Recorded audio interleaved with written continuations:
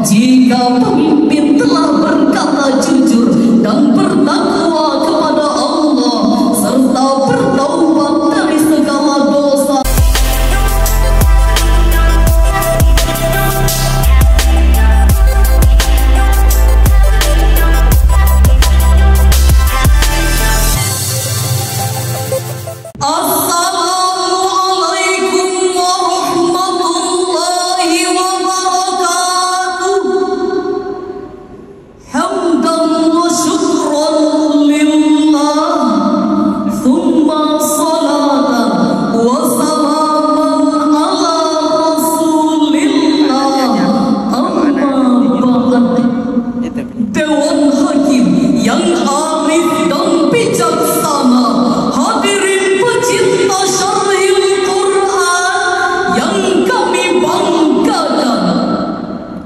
Masalah terbesar yang melanda bangsa Indonesia saat ini adalah krisis kepemimpinan. Di tengah bencana yang tak kunjung hilang, yang senantiasa melanda dan mengepung bangsa, banjir merendam di mana-mana, longsor meluluhkan tahan harta kita, gunung api membakar dan memporak-porak dagang Indonesia, kabut asap mengepung di mana-mana. Perilaku pemimpin kian durjana, para hakim tak lagi punya rasa keadilan, oknum wakil rakyat tersandung narkoba, belum lagi korupsi yang kian membara. Pemimpin sekelas menteri ikut terjerat korupsi triliunan rupiah, sehingga kasus korupsi dari tahun ke tahun kian berlipat-lipat. Maka pantaslah kalau bangsa ini kian jatuh dan terpuruk. Untuk itu, kepemimpinan ideal perspektif Al-Quran adalah judul syarahan Quran yang akan kami sampaikan pada kesempatan ini sebagai rujukan awal. Al-Quran surah Al-Ahzab ayat 70.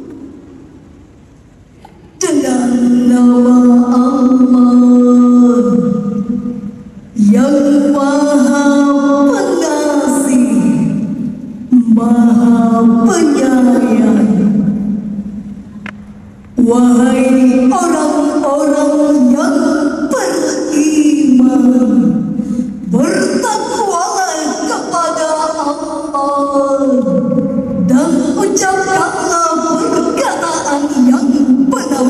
Hadirin yang kami hormati, ayat ini dimulai Mulai dengan ya ayyuhalladzina amanu, maka pasti setelahnya akan ada salah satu dari tiga hal, yaitu perintah yang wajib dikerjakan, larangan yang wajib dijauhi, dan berita penting yang harus diperhatikan. Kata waqulu qawlan sadida, menurut penjelasan Syekh Ibnu Katsir dalam tafsir Al-Qur'anil Azim, menjelaskan perkataan yang benar, yang jujur dan tidak menyimpang. Sedangkan Syekh Wahbah Az-Zuhaili memaknai qawlan sadida sebagai perkataan yang benar dan tepat. Dari dua penjelasan ini, jelaslah bahwa Allah memerintahkan kepada hambanya untuk meningkatkan ketakwaan kepada Allah, berkata jujur, berkata benar, yang tidak menyimpang dari sikap hidup. Karena iman dan takwa adalah berkata jujur dan benar, tidak berbelit-belit dan sulit dimengerti. Dengan demikian hadirin, orang yang pantas diangkat menjadi pemimpin ideal perspektif Al-Quran adalah orang yang berkata jujur dan bertanggung jawab terhadap amanah kepemimpinan. Sebab anugerah kepemimpinan bukan karena garis keturunan, bukan karena ikatan kekerabatan, bukan karena hubungan kekeluargaan, tapi karena anugerah ketuhanan. La yanalu ahdil zalimin. Anugerah kepemimpinan ini, janjiku ini, amanahku ini tidak akan pernah menyentuh orang-orang zalim. Islam doesn't admit the unjust leader. Islam against the injustice.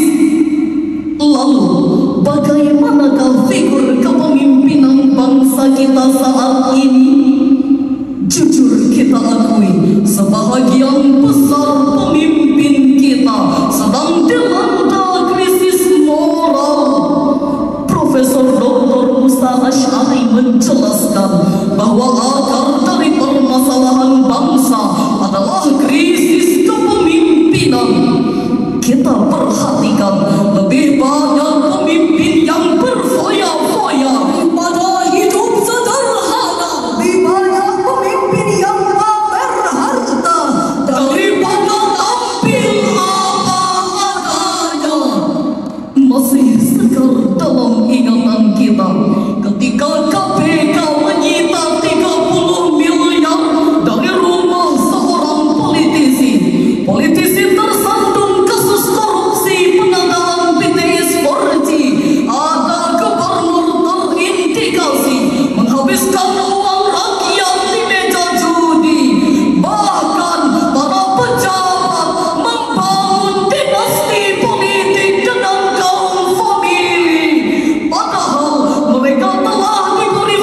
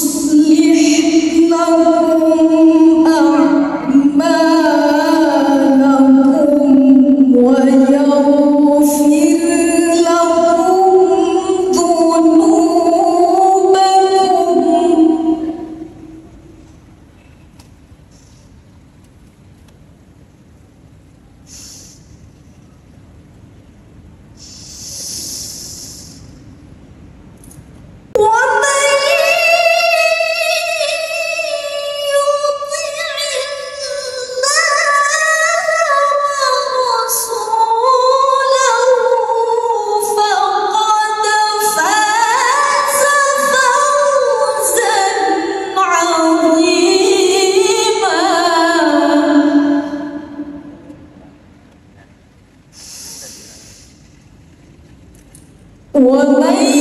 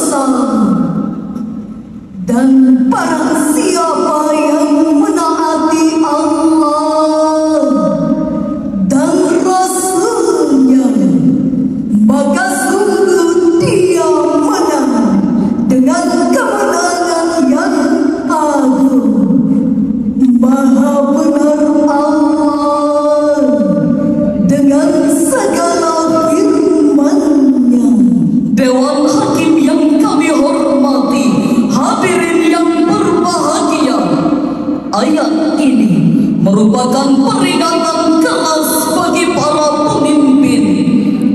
pemimpin dan pejabat saat dilantik dengan terhormat telah bersumpah untuk rakyat harus berkata jujur.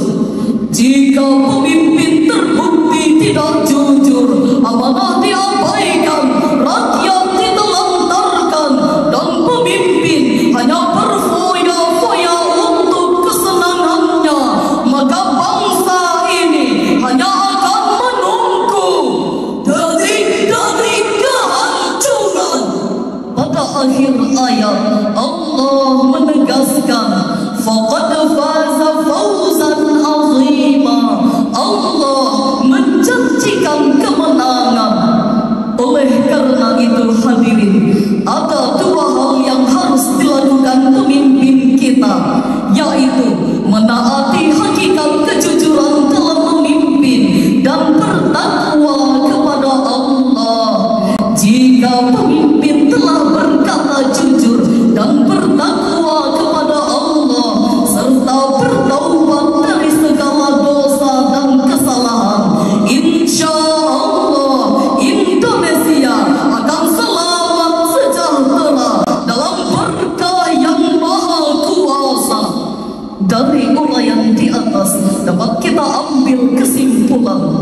Pertama, anugerah kepemimpinan adalah anugerah dari Allah, bukan untuk diperebutkan, apalagi dijadikan sumber mata pencaharian. Kedua, setiap amanah kepemimpinan akan dimintai bertanggung jawabannya. Jika pemimpin hanya berfoya-foya, apalagi menindas rakyat tak berdosa, maka tunggulah azab Allah Azza wa Jalla. Ketiga, untuk menjadi pemimpin yang dicinta harus